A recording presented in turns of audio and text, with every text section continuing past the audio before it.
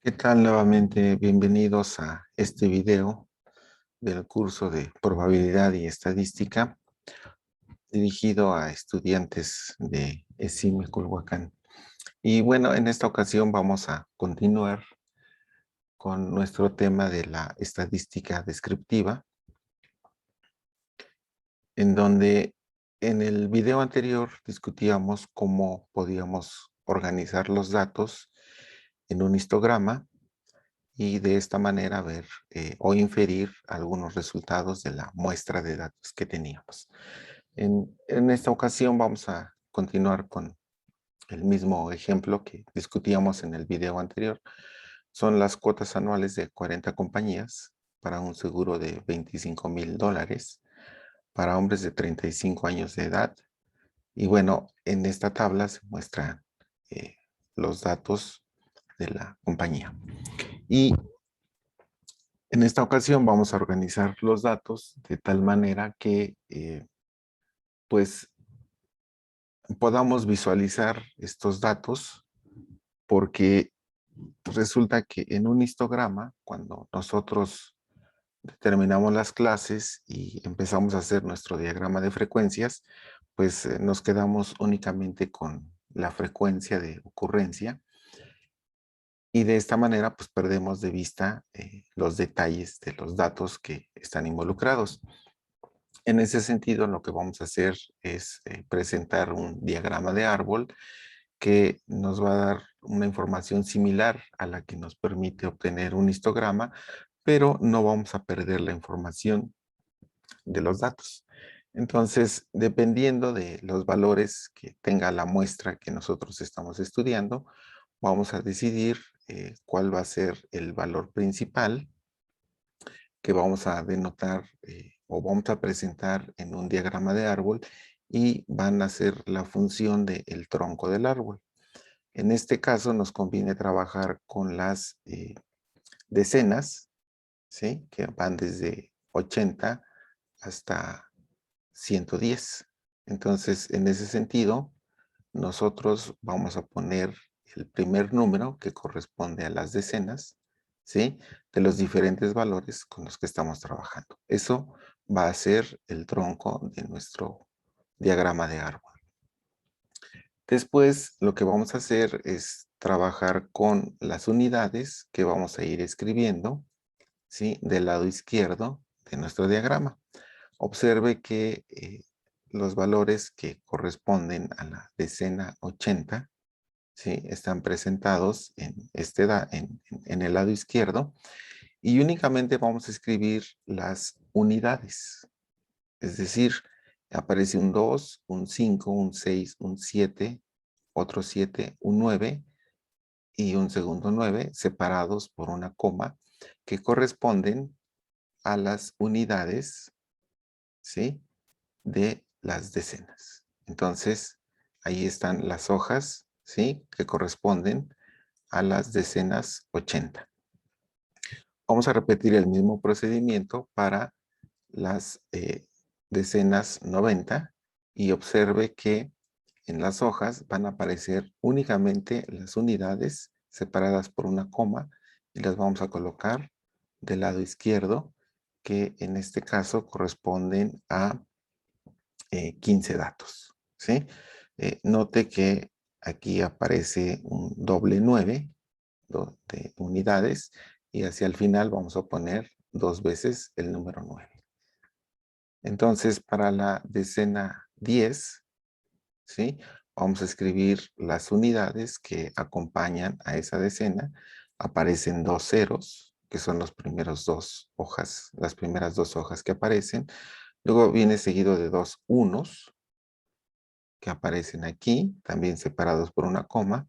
Siguen tres unidades con el valor de 3 que estamos colocando aquí.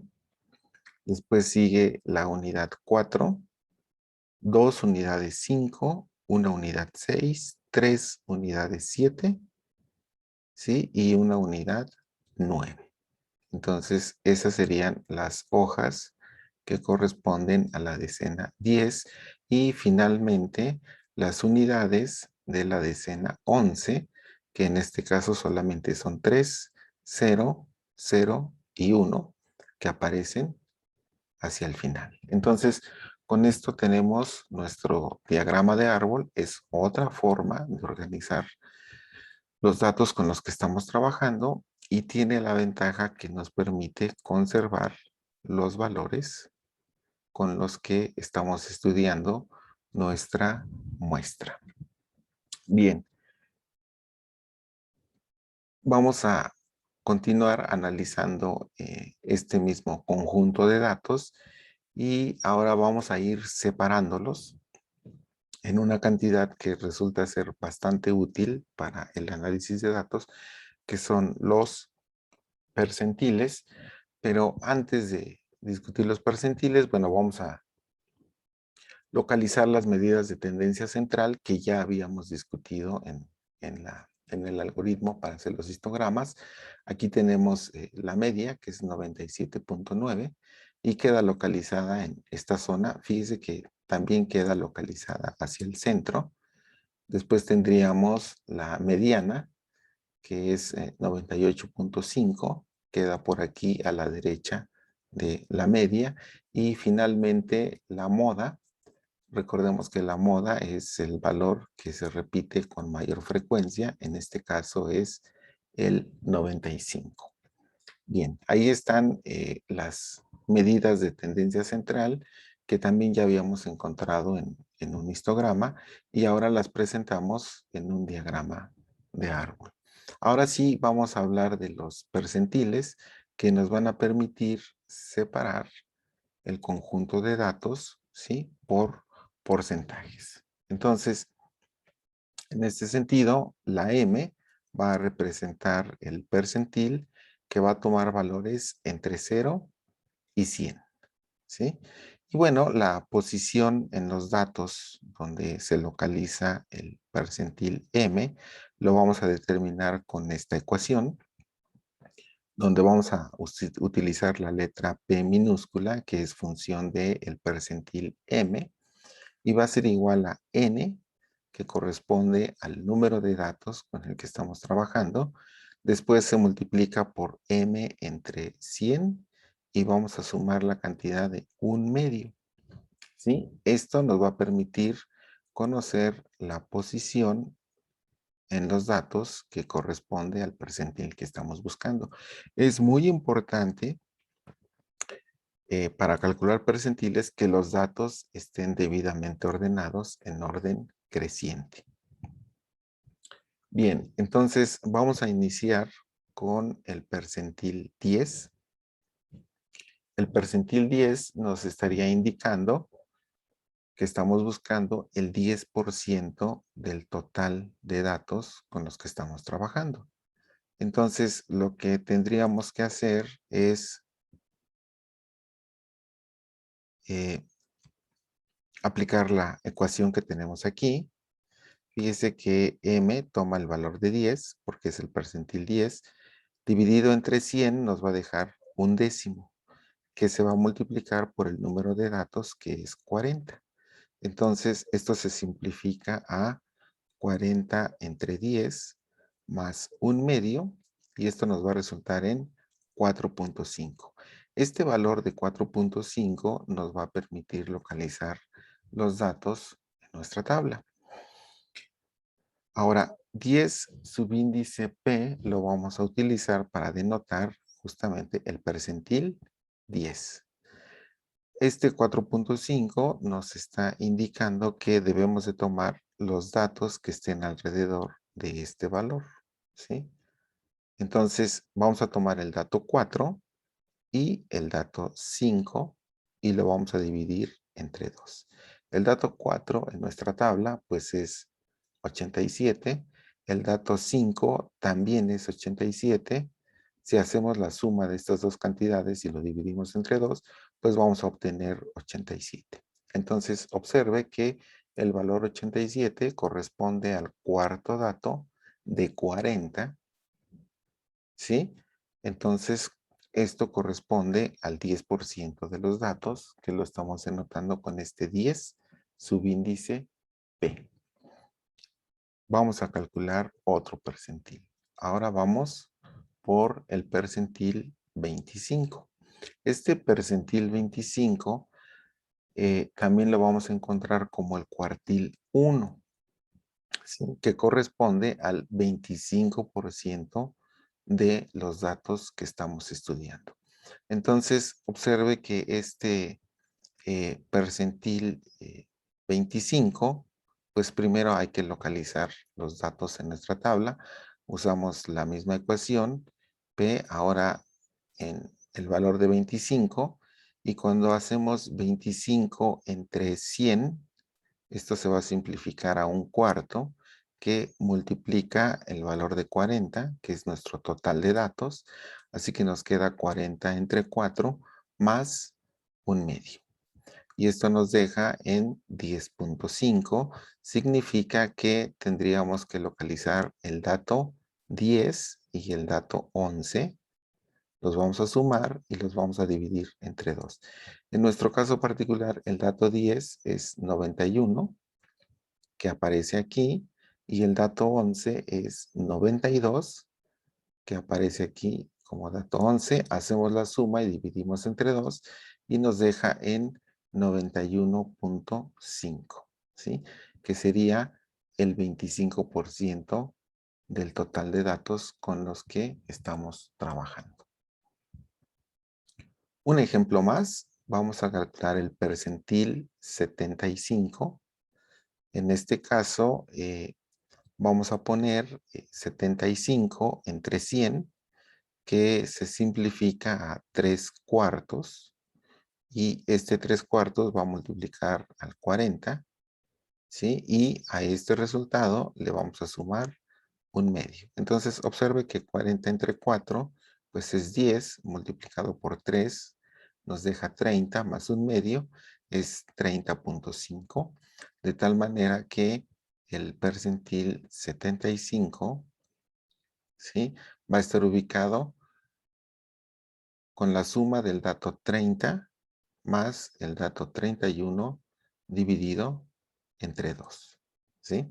Bueno, el dato 30 es 104, el dato 31 es 105.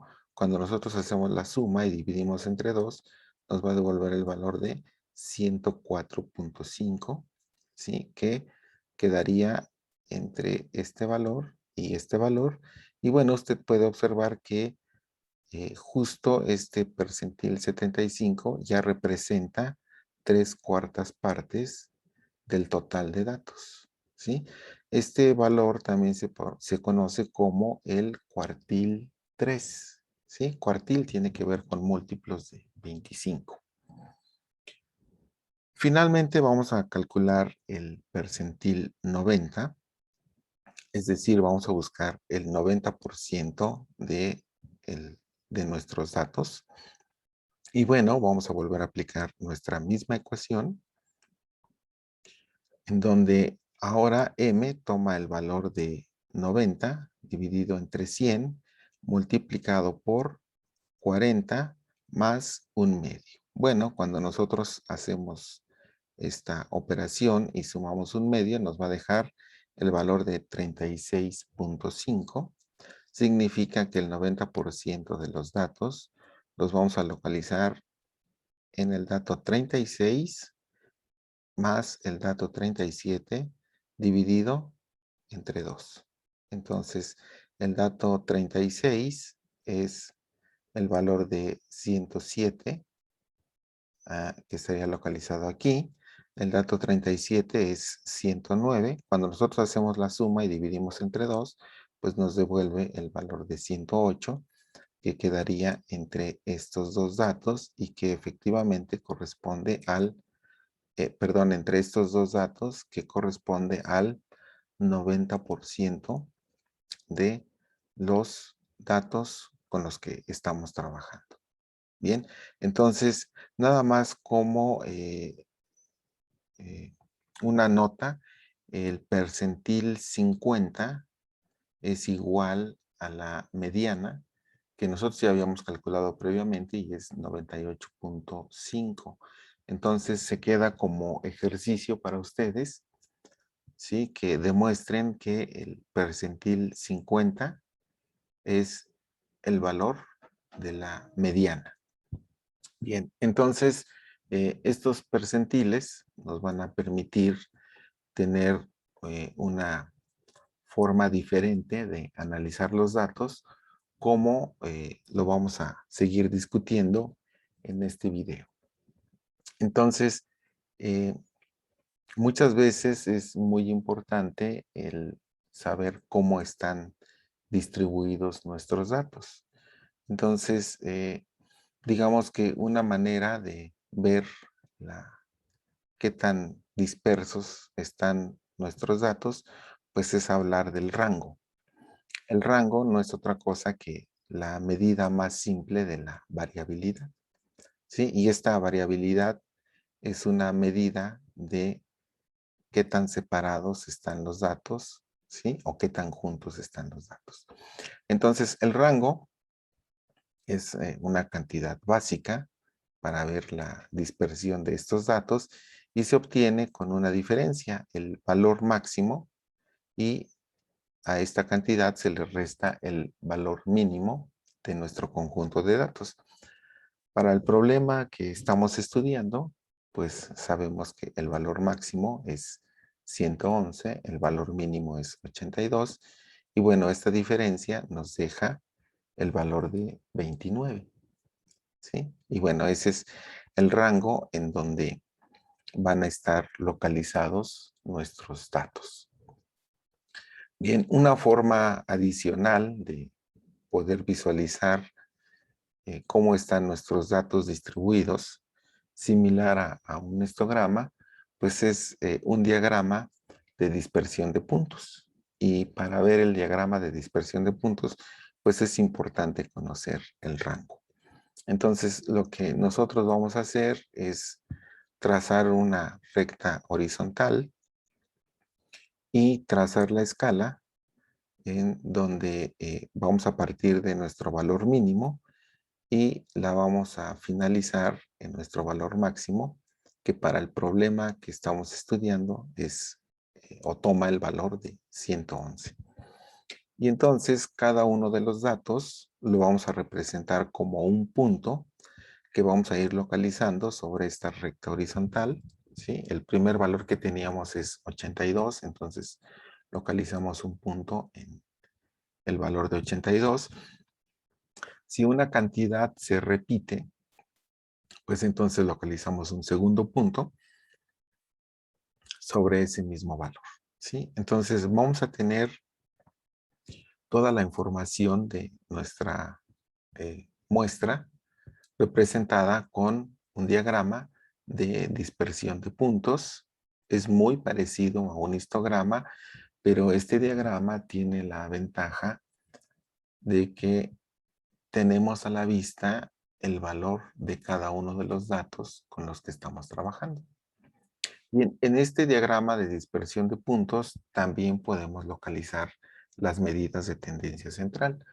Por ejemplo, nuestra mediana, que es el promedio aritmético, y habíamos demostrado que toma el valor de 97.9 para este problema, pues quedaría localizado en esta posición, en nuestro diagrama de puntos. Después tendríamos que el cuartil 1, que acabamos de calcular, habíamos dicho que toma el valor de 91.5. Recuerde que el cuartil 1 es el percentil 25. Entonces, este valor también lo podemos localizar en nuestro diagrama de dispersión de puntos. Y bueno, quedaría localizado más o menos en esta zona. Y eso significa que todos los valores que están a la izquierda corresponden al 25% del total de datos con los que estamos trabajando. Aquí tenemos nuestro cuartil 2, ¿sí? Que es la mediana, y que toma el valor de 98.5. ¿Sí? Observe que no necesariamente van a coincidir la media y la mediana por la manera en la que se están calculando. En este problema en particular, bueno, quedó a la derecha de nuestro promedio aritmético o nuestra media. Bueno, vamos a localizar también el cuartil 3, que es el percentil 75, y que acabamos de calcular con un valor de 104.5. Nuestro diagrama de dispersión de puntos lo vamos a ver en esta posición. Y bueno, significa que el 75% de los datos que estamos estudiando van a quedar al lado izquierdo y al lado derecho pues va a quedar el 25% restante. También vamos a localizar el percentil 10, que toma el valor de 87 y quedaría localizado en esta parte, y el percentil 90, que toma el valor de 108, y bueno, pues va a quedar localizado a la derecha, ¿sí?, del percentil 10. Entonces, aquí tenemos ya nuestras medidas de tendencia central. Aquí podemos ver, por ejemplo, en esta sucesión de 5 puntos, que este sería el valor que corresponde a la moda. Y bueno, aquí tenemos los cuartiles y 2 percentiles, el 10 y el 90. Bueno, estos percentiles son importantes porque nos van a permitir construir lo que se conoce como un diagrama de caja, que nos va a ser útil para comparar diferentes muestras que estamos estudiando. Primero les explico qué es el diagrama de caja y después les voy a platicar en dónde es que se utilizan estos diagramas de caja. Entonces, para hacer un diagrama de caja, pues hay que volver a poner nuestra recta horizontal con el rango de valores con los que vamos a estar trabajando. Y a partir de esta recta horizontal, vamos a empezar a construir lo que se conoce como el diagrama de caja. Entonces, el centro de la caja va a quedar justamente en la mediana, que toma el valor de 98.5, y esa caja se va a extender desde el cuartil 1 hasta el cuartil 3. Nos quedaría de esta forma. Y después vamos a trazar una recta horizontal, ¿sí?, desde el cuartil 1 hasta el percentil 10 del lado izquierdo, y otra recta horizontal que vamos a trazar desde el cuartil 3 hasta el percentil 90. Y de esta manera tenemos nuestro diagrama de caja. Evidentemente esta caja pues nos diría que la mayor parte de los datos pues deberían estar concentrados aquí, y la dispersión de los datos pues va a estar representada por estas rectas horizontales que van al percentil 10 y que van al percentil 90. Entonces es muy importante mencionar aquí que estos diagramas se utilizan mucho cuando queremos hacer una comparación de diferentes muestras. Este tipo de diagramas se utilizan, por ejemplo, en los procesos donde están manufacturando algún producto, que se producen en grandes cantidades y se separan en lotes. Entonces, lo que normalmente se hacen para verificar la calidad es que toman un muestreo de cada uno de los lotes, generan su diagrama de dispersión de puntos o su diagrama de cajas, y entonces cada lote tiene un diagrama de cajas, y entonces se van comparando los diferentes diagramas de cajas para determinar la calidad de cada uno de los lotes. Es decir, que si las cajas difieren de posición, pues eso va a permitir detectar algún lote que sea defectuoso, ¿sí? Bueno, entonces con esto tenemos otra forma gráfica de describir los datos a partir de la estadística, de manera que ya tenemos diferentes formas de presentar diagramas y de organizar los datos en un muestreo de datos que, bueno, se van a estudiar a partir de la estadística. Ahora, es importante, y lo mencionábamos hace unos minutos, el saber qué tan dispersos están los datos, ¿sí? Respecto al valor de la media o respecto al valor de la mediana, porque eso nos va a permitir detectar, pues, por ejemplo, artículos defectuosos o qué tan bueno sería el censo que se hace a una población o las diferentes mediciones en, en algún proceso de control de calidad. Ahora, ¿cómo podríamos medir la desviación o la dispersión que tienen nuestros datos? Bueno, una manera es pensar en la media y ver qué tan alejados están los datos de este valor, que es el promedio aritmético. Entonces, podemos hablar de la desviación respecto a la media, y bueno, esa desviación la podemos calcular con esta diferencia, xj menos la media, y esta j pues toma valores de 1 hasta n, donde por supuesto n es el número de datos con los que estamos trabajando. Entonces, observemos que esta diferencia puede tomar valores negativos y puede tomar valores positivos. Miren, el primer dato es 82. Si a esta cantidad le restamos nuestra media, nos va a devolver un valor negativo. Pero si nos vamos al último dato, a este valor de 111, le restamos 97.9 y entonces vamos a tener una cantidad positiva.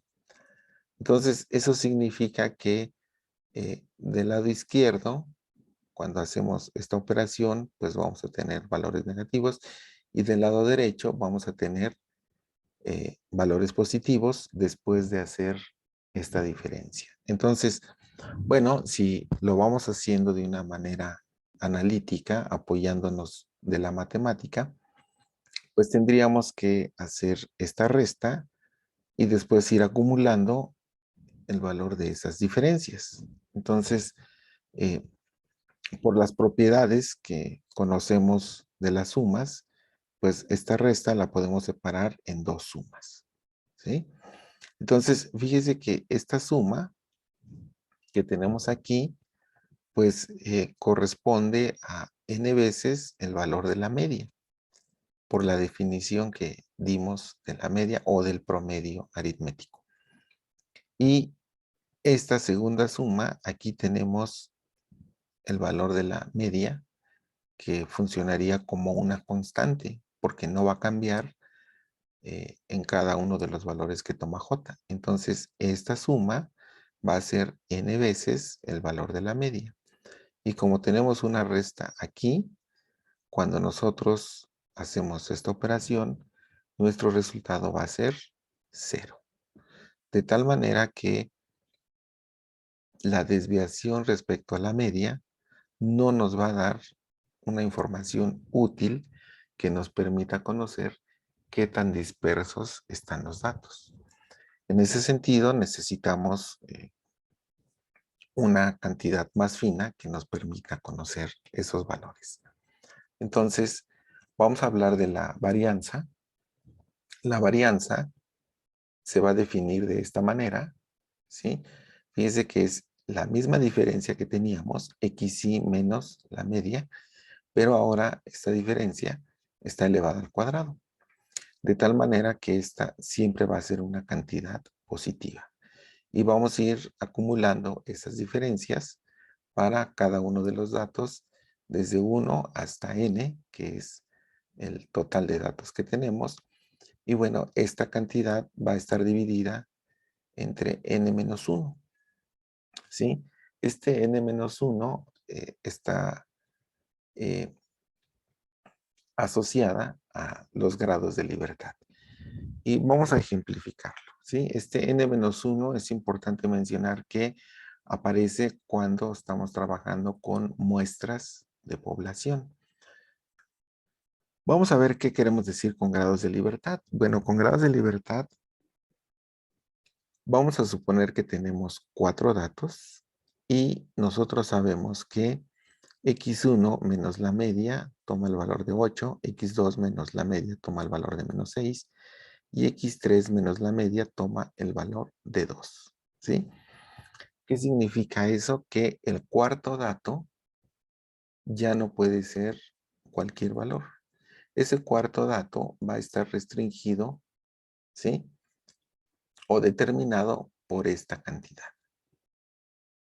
Acabamos de demostrar en la diapositiva anterior que la suma de esta diferencia siempre es 0 y eso significa que este cuarto valor, ¿sí? Va a estar determinado por esta suma. Eso significa que solamente 3 de los 4 valores pues se determinan libremente. Y eso es lo que tiene que ver con los grados de libertad o nos estamos refiriendo a los grados de libertad, ¿sí? Con este tipo de restricciones. Entonces, el cuarto dato no puede tomar cualquier valor, ¿sí? Y entonces, esa es la razón por la que trabajamos con n-1. Ahora, cuando ustedes están trabajando con poblaciones completas, es decir, que no es un muestreo de datos, sino es una población completa, en esos casos, aquí aparece el valor de n. Bueno, esta varianza nos da una información más fina de la dispersión de los datos y tiene dos propiedades que son muy interesantes y que si las sabemos aprovechar nos va a ayudar a simplificar mucho el cálculo para determinar estos valores. Entonces, vamos a mostrar cuáles son esas dos propiedades y vamos a suponer que tenemos un conjunto de n datos que vamos a representar con x1, x2 hasta x subíndice n. Esa va a ser nuestra muestra. Y vamos a pensar que tenemos un valor real C, que puede ser positivo o negativo, pero tiene que ser diferente de 0. Entonces, bueno, tenemos nuestra muestra, tenemos una constante real, y si nosotros definimos una nueva cantidad y subíndice j, que va a ser igual a x subíndice j más ese valor constante, significa que a cada valor de nuestra muestra le vamos a sumar esta cantidad C. Y vamos a tener un nuevo conjunto de datos. Cada dato pues tiene un valor C. Entonces, el conjunto de datos denotado con la letra Y, ¿sí? Que calculamos a partir del conjunto de datos denotados con la letra X, ¿sí? ¿Hacia dónde nos va a llevar? Pues resulta que la varianza del conjunto de datos Y va a ser igual a la varianza del conjunto de datos X, ¿sí? Y la media del conjunto de datos Y la podemos obtener como la media del conjunto de datos X más el valor C, ¿sí? Que le estábamos sumando a cada elemento del conjunto de datos X, ¿sí? Bien, esta propiedad nos es muy útil porque en ocasiones el muestreo de datos pues son números grandes y entonces podemos restarle un valor común a todos y entonces trabajar con números más pequeños, lo cual nos va a permitir disminuir errores. O bien, cuando trabajamos con números muy pequeños, entonces podemos sumar una cantidad y entonces trabajar con números más grandes que nos va a facilitar el cálculo. Bueno, esta es una de las propiedades que tiene la varianza. La otra propiedad, bueno, tiene que ver con el hecho de que este valor C, pues multiplique a cada uno de los datos del conjunto X y a partir de este resultado vamos a formar el nuevo conjunto de datos Y, ¿sí? Bueno, cuando los conjuntos están multiplicados por una misma cantidad constante, lo que vamos a encontrar es que la varianza del conjunto de datos en Y, ¿sí? Pues va a ser la varianza del conjunto X multiplicada por la constante al cuadrado. ¿Sí? Y bueno, eso significa que podemos obtener la varianza en uno o en otro conjunto, ¿sí? Y a partir del primer valor obtenido, pues se puede obtener el segundo valor. Si nosotros sacamos la raíz cuadrada, bueno, vamos a tener esta sigma de y igual al valor absoluto de c por sigma de x. Recuerde que la varianza siempre va a tomar valores positivos. Entonces, como ejercicio, ¿sí? Aquí nada más presentamos las dos propiedades. Como ejercicio para ustedes, hay que demostrar ambas propiedades utilizando las propiedades de suma. Y bueno, por supuesto, antes de pasar a la siguiente diapositiva, la media del conjunto de datos Y, pues va a ser la media del conjunto de datos X multiplicado por la constante C. Entonces, bueno, esas son propiedades de la varianza.